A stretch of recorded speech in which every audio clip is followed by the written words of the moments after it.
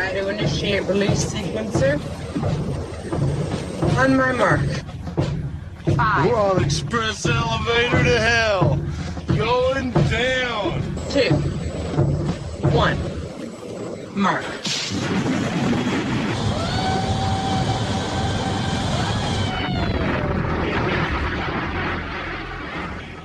Hello, everyone. My name is Mark, a.k.a. Derringer. Today is Sunday, April 26th, and you are listening to episode 258 of the Instant Action Podcast, your weekly source for PlanetSide news and information. As always, I'm brought to you by great listeners like you via the Support the Show tab on instantactionpodcast.com. So hopefully everybody's still surviving this quarantine by staying in your houses.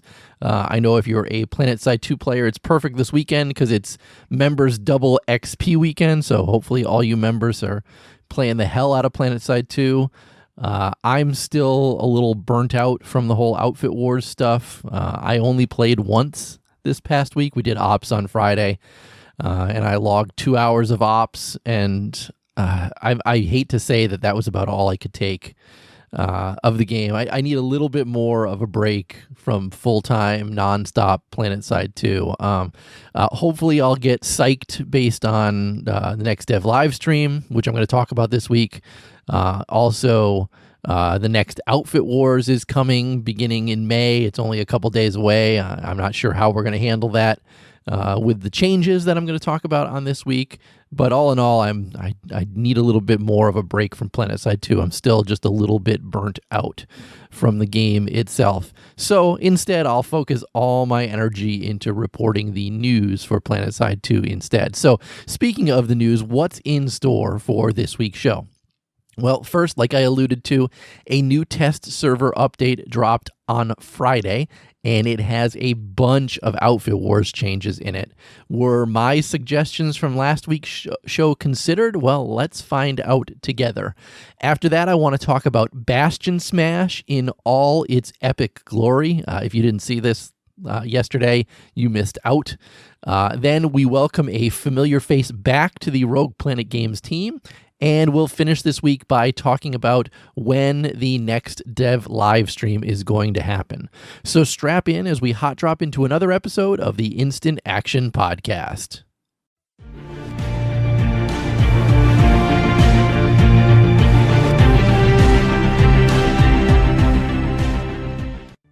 So first up this week, on April 24th, we had a new test server update, and I like to think this was based 100% on my show last week, but I know I'm not that vain.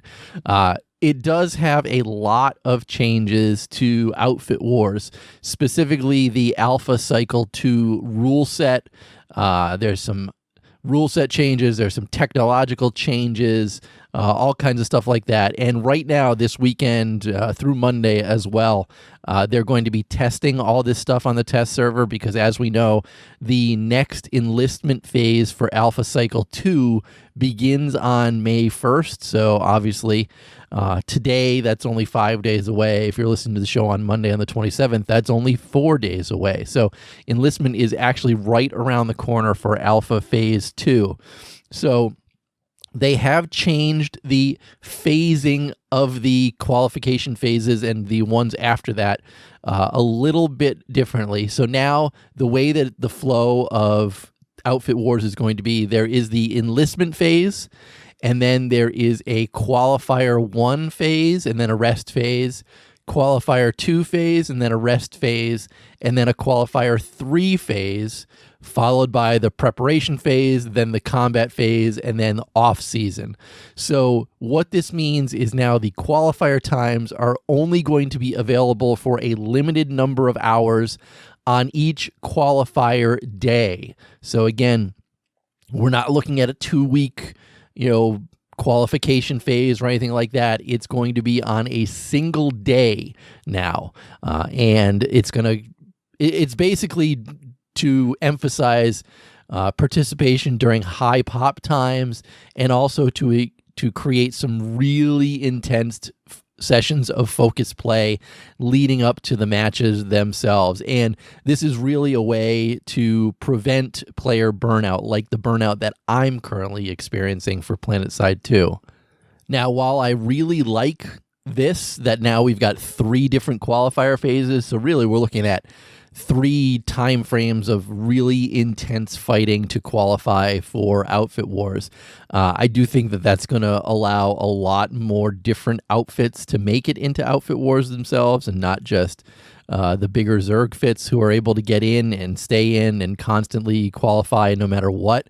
My only fear with this is any faction or any outfits that play outside of normal hours. Like, let's say you're a West Coast player, yet you play and your whole outfit plays on Emerald as an example, and now you may not be playing during the prime time when this is going to go live for Outfit Wars itself. Now, granted, they have not told us what those specific days or what those specific times are, but again, that's my biggest fear about this to begin with. Now, in addition to these phases being revisited, they've also revisited the match start times. This was a big complaint of mine, is that everything was focused on the gold match because the gold, silver, and bronze all took place at the exact same time. And while I think gold matches were the marquee matches that people were looking to see, as the stats proved, some of the silver matches seem to be much more exciting than the gold matches themselves. So now, match times are going to be offset by 30 minutes. So the gold match will still start first, and then 30 minutes later, the silver match will start, and then 30 minutes after that, the bronze match will start. And as we know, the majority of the Outfit Wars did not take more than a half hour for each of the matches. Now, granted, with different outfits in it and different strategies and stuff like that, that could completely change. I mean, the total times for Outfit Wars is a 90-minute match max, or first player to 500 points, obviously. So we could see longer matches based on different players actually playing in them. And it's also worth noting that I just said 500 points. That was Alpha 1. Alpha 2 has been increased to 750 points. So just keep that in mind as well. So we're definitely going to see some longer matches in Alpha Cycle 2 for Outfit Wars based on these changes. Again, note that this is just PTS. This is not live, so these things could change. But seeing as how Alpha Cycle 2 begins on May 1st, well, I guess that's just the preparation phase. And if the prep phase lasts at least a week, we've got about 2 weeks before these changes have to come to live. But so we'll see. Next, they made some changes to scoring itself. They've made a concerted effort to remove the emphasis of base ownership over time, and instead they've refocused on scoring on the combat that takes place instead. So instead of gaining a static value either by capturing a base or owning it as resources tick up, instead the eligible score of the top 10 players in your outfit is now combined to reward you with Outfit War score on a successful capture or defense. So note that no longer are you going to be forced to take bases and then constantly defend those bases with your outfit's flag on them. It's going to be just as lucrative to attack and defend bases that aren't held by your outfit, but instead held by your faction, which I think is a big change and a much needed change as well. So again, for capturing, participation in a base capture will reward all attackers of all participating outfits score upon capture. And capturing a base can earn up to 250 Outfit Wars score. And that's basically the equivalent of 25,000 combined score. And note that you can never score above 250 Outfit War points for capturing a base. Defending a base is the same. It's going to reward all defenders upon a successful base defense. However, instead of 250 outfit war score being the max, base defense is only 100 outfit score. And that's the equivalent of 10,000 combined score. Anything above that is discarded. I'm a little disappointed in that. I wish that capturing and defending had the same amount. Like, let's say you drop capturing from 250 down to 200, or 150 and make defending 150 as well. I'm initially worried that these amounts are a little too high, like 250 and 100 points. Certainly seems like a lot of points that you can capture, that you can get, especially that larger outfits are going to be capping that out very easily. So, and again, I know it's only the top 10 players, but I'm concerned that outfits are going to easily hit the cap and get a lot of points from it. And I think making the points lower might actually make the number of points scored lower overall and make other things more important than just straight up capturing and defending. And the last change to this, and this is the one I disagree with the most, is regarding the Bastion. If you spawn a Bastion, your outfit immediately gets 1,000 outfit war score during a qualifying phase. In a later update, they'd also like to reward outfits who take part in the destruction of enemy Bastion fleet carriers, but that's not in the current PTS as it stands right now. This is something I 100%, 2,000% disagree with. I think this is a bad addition to this. 1,000 outfit wars score is a ton of outfit wars points. And we've already seen that some outfits are able to pull a Bastion every couple days. Very easily pull a Bastion every couple days. Even casual outfits have no trouble pulling Bastions, I think. But it's certainly much easier for the larger outfits to easily pull Bastions. And if you're just going to grant them 1,000 outfit war score, they are definitely going to game the system on this and pull a Bastion every day. And it's a free 1,000 outfit wars points. And I really want to see this removed or changed or something, or even give them 1,000 outfit wars points, but if their Bastion doesn't survive the full half hour that it's up, they get less depending on how much health the Bastion has, or something. I just think 1,000 outfit wars points is way too much for something that large outfits can very easily bring to the battlefield, basically whenever they want to, and score a ton of points. I can guarantee right now that some of these outfits are going to completely game the system and pull Bastions nonstop, and that's going to be the main way that they score points for outfit wars. So I do hope the devs rethink the Bastion aspect of this. Next, there were some changes to Desolation itself. So now any outfit members who are not flagged with the outfit war eligible privilege will not be allowed to access Desolation. I guess this was a problem through some of the other outfit wars matches where outfit members who weren't supposed to be on Desolation were able to get on Desolation, which locked out some other people who were supposed to be there from getting on Continent. So hopefully this will fix that. They also, like I said before, increased the Desolation alert point maximum from 500 to 750. I don't have a problem with this change.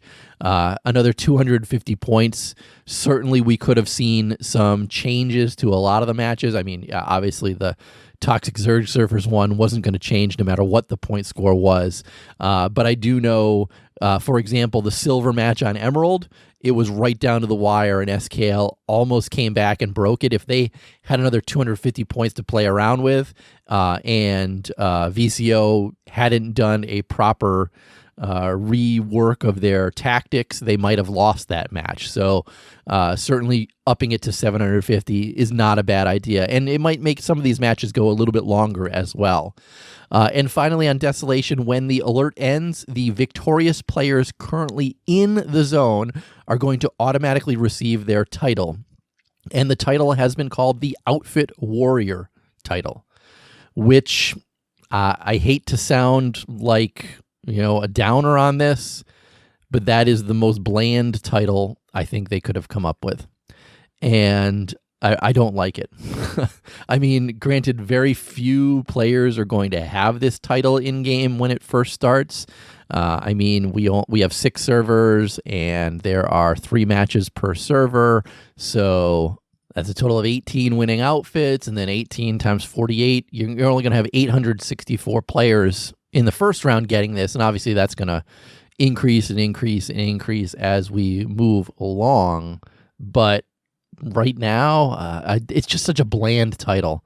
And I'm also disappointed that there isn't a different one for gold, silver, and bronze. I mean, if you made it to the gold match, I mean, besides bragging rights, this title means nothing between gold and bronze. If that's the case, why wouldn't I just try to be in the bronze match rather than the gold match if there's no differentiation between the 3? I really think the gold, silver, and bronze, maybe even if it's just something as silver as gold outfit warrior, silver outfit warrior, and bronze outfit warrior, just something to add to it to show the dedication to getting to a higher or a much more prestigious match than the silver or the bronze match. I mean, getting gold should have some sort of perk to it, rather than just having the same outfit warrior tire or, golden warrior or something like that. I don't know. I don't have a good suggestion for what the title should be. I apologize for that, but outfit warrior and it being the same for gold, silver, and bronze just kind of doesn't cut it in my book. There were some other miscellaneous fixes, though. They fixed an issue with the HUD notifications showing prematurely. They fixed it where the Outfit Wars HUD notification wouldn't appear when the war ended itself, and you should no longer receive a prompt to join the Outfit War after the match itself has ended. So also, they have the new Outfit Wars schedule up on the PTS. Granted, if you're listening to it today on the 26th, it's running the 25th, 26th, and 27th. So on Monday, we can still do another one of these for the majority of the listeners. The enlistment phases are at 4 a.m., 10 a.m., 4 p.m., and 10 p.m. The first qualifying phases for each of those are at 4:30, 10:30, 4:30, and 10:30, a.m., a.m., p.m., p.m. The second is at 4:50, 10:50, 4:50, and 10:50, a.m., a.m., p.m., p.m. And the third qualifying is at 5:10 a.m., 11:10 a.m., 5:10 p.m., and 11:10 p.m. And then the gold, silver, and bronze matches start 5:30, 11:30, 5:30, 11:30, and then 5:40, 5:50, et cetera, et cetera. So if you want to take part in some of these, you can certainly do the various Outfit Wars PTS stuff. And obviously they want us to test all this stuff to help them out. Next up, under outfit base capture and resource gain, the tab battle scoreboard will now only tally the score that contributes to a base capture and ignores the other exempt experience types. And the minimum score required to award resources when a base is captured was reduced from 3,000 down to just 1,000. And they were also able to tack on some other miscellaneous fixes, changes, and additions. First, the Spitfire and Aux Spitfire can't be stacked on one another, and they've also increased the minimum placement distance, so we'll see less of those stacked all over the place. They fixed it so that hard light canopies should be less likely to be culled during times of high server load. Obviously, if there's high server load, they can't draw them. So hopefully that's been fixed. They fixed an issue where Bastions could be damaged without attacking the hard points themselves. They fixed the issue where the Caltrop model was appearing inside the Seraph shield while it was active. They fixed the AI modules for the Flail and the Glaive IPC. And then finally, if you're scrolling in the outfit management pane, it no longer applies to both the focus and the pane behind it. I mean, that's just a tiny little thing that probably wasn't bothering many people except for the developers themselves, but certainly is fixed on PTS. So let's take a look back on last week's show and actually see how we did with the things that I made suggestions for. So first, the 24/7 qualifications and being less grindy. They're certainly addressing that. I complained about outfit membership and perhaps being determined by loyalty. There's no mention of that in this update, which kind of disappoints me. I talked a lot about the brackets by outfit size or increasing the number of outfits. There's no mention of that. I did complain about all the matches being held simultaneously. That did get changed, which is great. I talked about the nanite regen, which was fixed in last week's update, but that I kind of wish it would stay. There's no mention about the resource gain on live continents, which I talked about. There's no mention of Nexus or other maps, which I would like to see them talk about, but obviously they aren't. The slower point gain, that's not really being talked about. Too much Stardian Cordium's not being talked about. And my complaints with the observer cam didn't really get addressed either. But it looks like there's at least two things that they talked about or made changes to. And they're probably two of the bigger things that I talked about on last week's show. So I'll call it a little bit of a win. There's still some other things I think that they need to work on, but I do think it's a good start.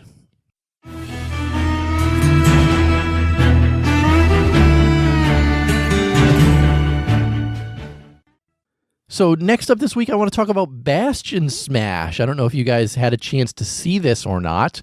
It was streamed over on Poonanner's Twitch page. He and Archie actually were on the same screen side by side. First, I want to give a shout out to those two, putting together the green screen like they did so it appeared as if they were both in Poonanner's studio. That was very well done. Two big thumbs up to them. At first, I thought they were in the same room, and then I realized that Archie was using a green screen to project himself into there. Either way, it was produced very well, and I was very psyched to see that they had done that. But then the match itself, if you weren't aware, Bastion Smash over on the Jaeger server, they did a NC versus TR fight where each side pulled 3 Bastions. And then they went at it to see which side could beat the other side. NC were victorious both times. Sorry, spoiler there if you haven't watched it yet. But they definitely were victorious. However, I'd like to throw a little asterisk next to it because unfortunately, a lot of the TR Bastions were despawning because they were out for too long without being destroyed. And I think that's something the devs probably didn't realize might happen. And that would be the only negative that I think I have regarding the whole Bastion Smash event. Otherwise, it was a really epic battle between, like I said, 3 Bastions at once. But it seemed to be a very good test scenario where we might be able to get multiple Bastions on live. If they're able to do it on Jaeger, that's pretty much the live environment, which means they might be able to, down the road, pull something like that on the live game as well. Now, I will say, watching the live stream, there were a lot of times where you could see Poonanner's stream hitching because there was so much going on at the same time. And I guess that might be the biggest fear of having multiple Bastions up on the live server. But it can be done. It was done. And overall, the entire Bastion Smash was a really good match to watch. It was exciting. If you like giant air battles, I'll include a link to the Twitch stream in this week's show notes. You should definitely go check it out because there was a lot of really cool battle going on. It was fun to watch. I wanted to participate in it, but I showed up a little too late and then felt that I shouldn't request a spot in there because they were pretty much set up with it. I'm sure that if I had asked Alpha, he would have said, yes, you can participate, but I didn't want to step on any toes and make any requests like that. So again, everybody who put Bastion Smash together, from Alpha, who originally thought of the entire thing, to all the devs that got together to bring this to the Jaeger server, and all the folks who do everything behind the scenes on Jaeger, as well as all the casters on this. I think they did a really excellent job bringing something unique that we'd never seen before, some idea that we'd never seen before, into all our faces so we can check this out. And I'd love to see more things like this, some outside the box thinking, come to be streamed and stuff like that. And it's just a way to get PlanetSide 2 in the faces of more people and stuff like that. Again, it was really well done. If you haven't watched it yet, I definitely recommend go checking it out, especially if you like giant air battles.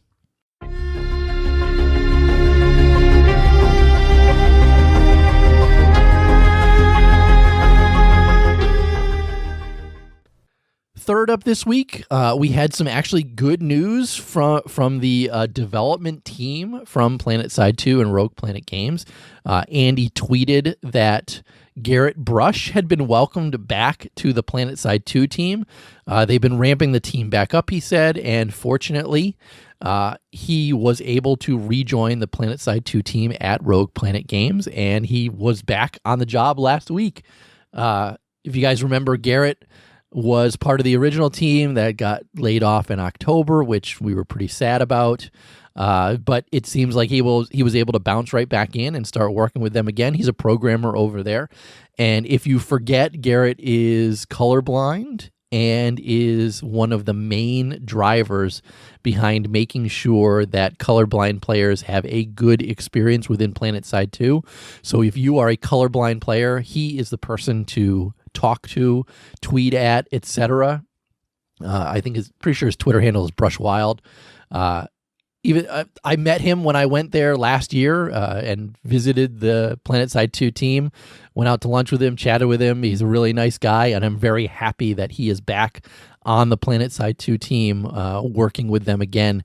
And again, I love the fact that he's dedicated himself to ensuring that colorblind players understand and have a good experience within this game, because I think that's important within the community itself. So let me just say, welcome back to the team, Garrett, and I wish you all the best going forward on this. I'm happy to have you back on the team.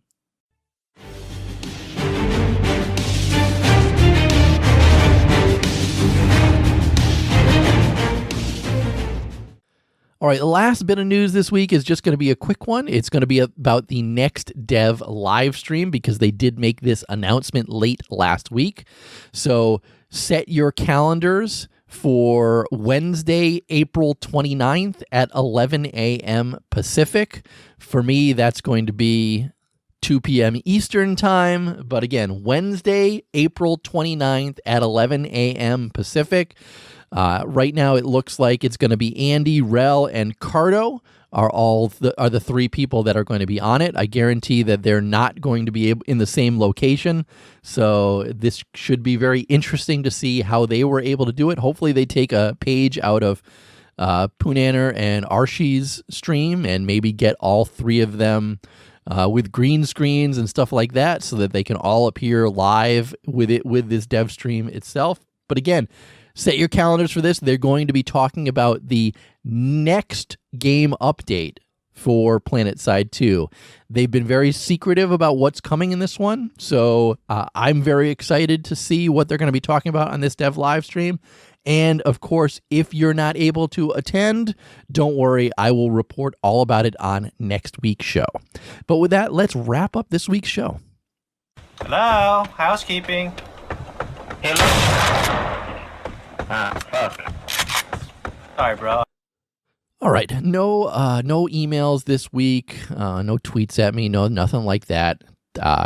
Just a quiet week as everybody gets ready to ramp up for the next phase of Outfit Wars.